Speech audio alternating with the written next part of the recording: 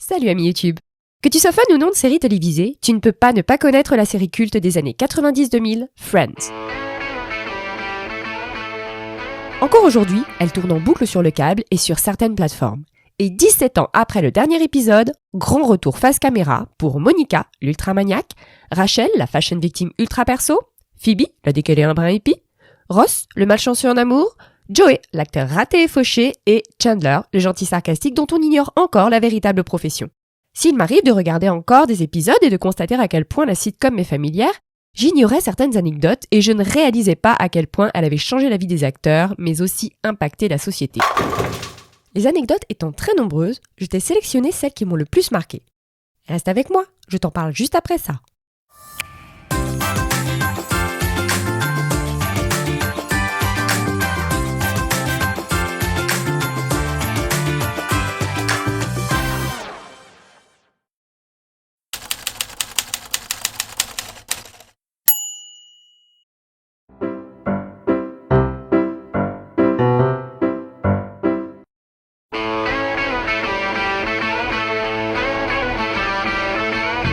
Impossible de se remémorer un épisode de Friends sans chantonner son générique interprété par The Rembrandts. Ce dernier est le fruit d'un travail collaboratif entre les créateurs de la série, David Crane et Martha Kaufman, et l'artiste américaine Allee Willis, entre autres célèbre pour ses talents de parolière pour le groupe Earth, Wind & Fire, ou encore pour la BO du flic de Beverly Hills.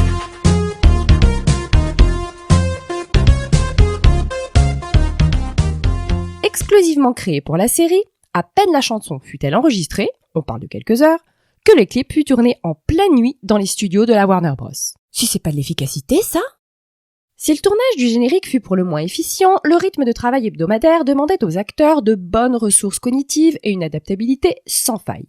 La mise en place et le tournage d'un épisode s'étalaient sur une semaine, toujours sur le même mode opératoire. Si le lundi était réservé à la lecture du script, les répétitions des différentes scènes se faisaient les mardis, mercredis et jeudis.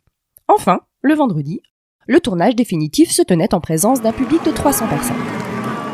Compte tenu du débit dans les interactions entre les personnages, des modifications apportées en fonction des réactions du public, la charge de travail était notable, mais fort heureusement propice au fou rire. Et pour éviter les trous de mémoire, Courtney Cox cachait ses pages du scénario dans l'évier de la cuisine ou dans la corbeille de fruits. Se souvenir de Friends, c'est aussi avoir une petite pensée pour les animaux qui y ont participé, et notamment ceux qui y ont joué de façon récurrente. D'un côté, il y a eu Yasmine et Rantanplan, respectivement le poussin et le canard, de Joey et Chandler, dont Lisa Kudrow, qui jouait pourtant une Phoebe amie des animaux, était complètement effrayée. De l'autre, il y a eu Marcel, le singe de Ross. En réalité, il ne s'agissait pas d'un capucin mâle qui interprétait ce rôle, mais de deux capucins femelles, Katie et Monkey, de leur vrai prénom. Katie, très active, était préférée pour les prises animées, danser, attraper des objets, ce genre de choses, tandis que Monkey, plus calme et moins sociable, tournait les séquences plus posées. Si dans la série, Ross et Marcel ont partagé une belle relation, la réalité est tout autre dans la mesure où David Schwimmer a détesté tourner avec elle. Et pour la petite histoire, à être trop active, Katie s'est fait virer de la série après une excursion improvisée dans les plafonds obscurs des studios. Combien de Joey devrait-il à Chandler ? Eh bien, c'est ce que certains fans se sont amusés à calculer.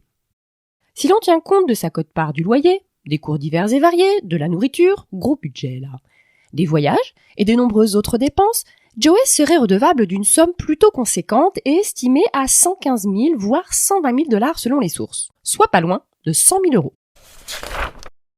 La bonne entente entre les acteurs fut immédiate et encore aujourd'hui, certains gardent de très bons rapports à l'image du lien qui unit Courtney Cox, Jennifer Aniston et Lisa Kudrow, qui se sont d'ailleurs trouvés pour surnom Sissy, Joe et Flush. Cette formidable ambiance et l'aura de la série motivèrent bon nombre de personnalités à y faire une apparition. Parmi les plus mémorables, George Clooney et Noah Wyle, I know it's pretty selfish, but hey! Julia Roberts, Have you ever worn women's underwear? Jean-Claude Van Damme, John-Claude, she said yes, I'll see you tonight! Billy Crystal et Robin Williams, Excuse us. It's a little crowded. Do you mind if we sit? Yeah, could you scooch? etc. Si certains guests se retrouvèrent là suite à un pari perdu, This is Ross Geller. It's great to meet you, Paul.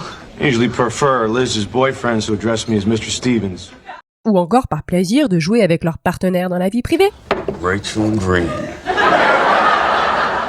Oh, that's right. Are you gonna be okay? Oh, I'll be fine. It's just... God, I hate her, Ross. I hate her. D'autres rumeurs ciel et terre pourraient figurer l'espace d'un épisode. Jerry says you don't really like his hat, but I think it's kind of dashing. En tout, plus d'une centaine d'invités firent l'honneur de leur présence sur les plateaux de la sitcom pour le plus grand plaisir des fans, mais aussi des courbes d'audience.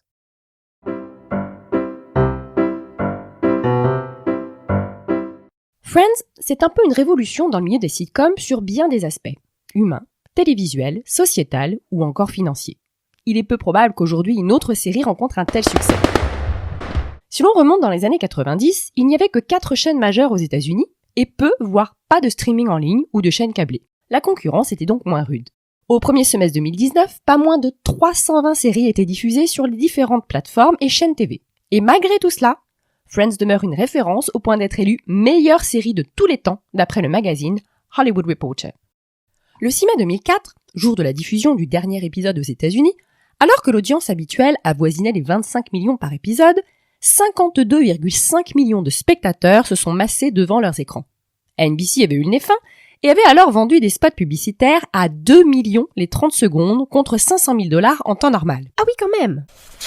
À ce jour, selon le magazine Forbes, grâce aux rediffusions, DVD et autres produits dérivés, la sitcom génère $1 milliard chaque année. Et Warner Bros doit être bien content, car cela ne risque pas de s'arrêter là.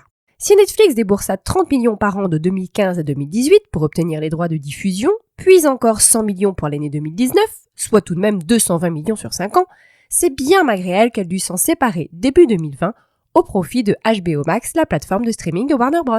Contre un gros chèque de 425 millions de $, cette dernière s'est vue récupérer les droits de diffusion pour le marché nord-américain, mais attention, pour 5 ans uniquement.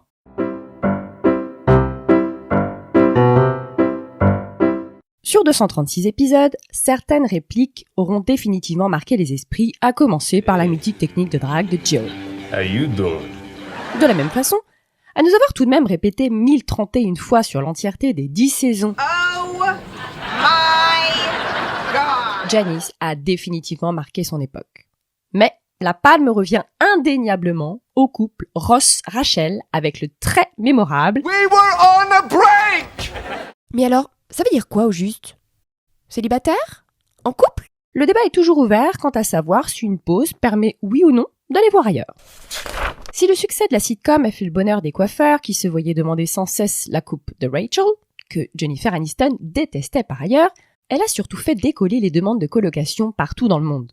Ce mode de cohabitation perdure depuis et a même inspiré de nombreuses autres séries ensuite. Indéniablement, le schéma bande d'amis coloc est rentable et fait rêver. Je vous le disais tout à l'heure, Friends est entre autres une révolution sociétale. Tous les sujets, ou presque, y ont été traités. Gestation pour autrui, homoparentalité, transgenre, homosexualité, adoption, divorce, et j'en passe. Elle fut d'ailleurs la première à diffuser un mariage lesbien, qui plus est sur 1 heure de grande audience.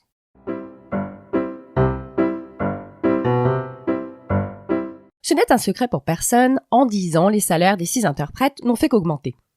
Au point de les faire passer du quasi-anonymat au statut d'acteurs les mieux payés du petit écran. Ce qui est bluffant, c'est qu'aujourd'hui encore la série leur apporte gros.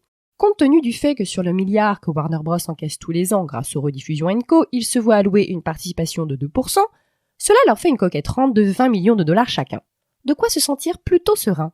D'autant qu'entre 1994 et 2004, ils ont à eux 6 engrangé entre 800 et 850 millions de $. Leur grand retour à l'écran, 17 ans après le dernier épisode, aura avant tout été le fruit d'une longue négociation. On parle de 2 ans tout de même.